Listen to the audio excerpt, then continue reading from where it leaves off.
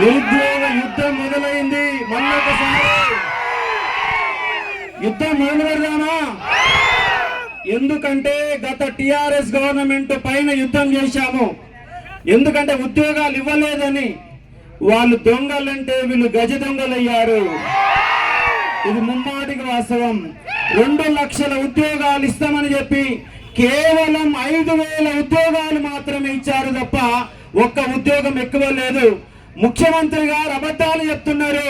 60,000 ఉద్యోగాలు ఇస్తామని చెప్తున్నారు.